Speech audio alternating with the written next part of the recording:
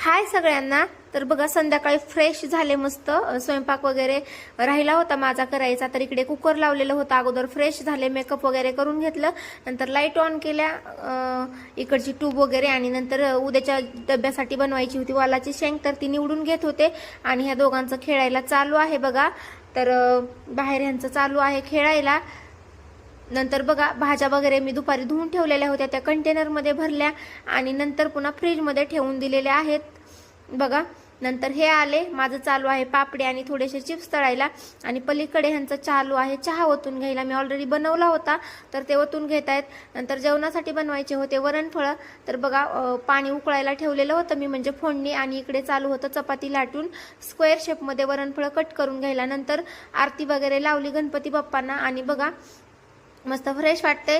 तर असा होता आजचा मिनी ब्लॉग. कसा वाटला नक्की सांगा. Bye and take care.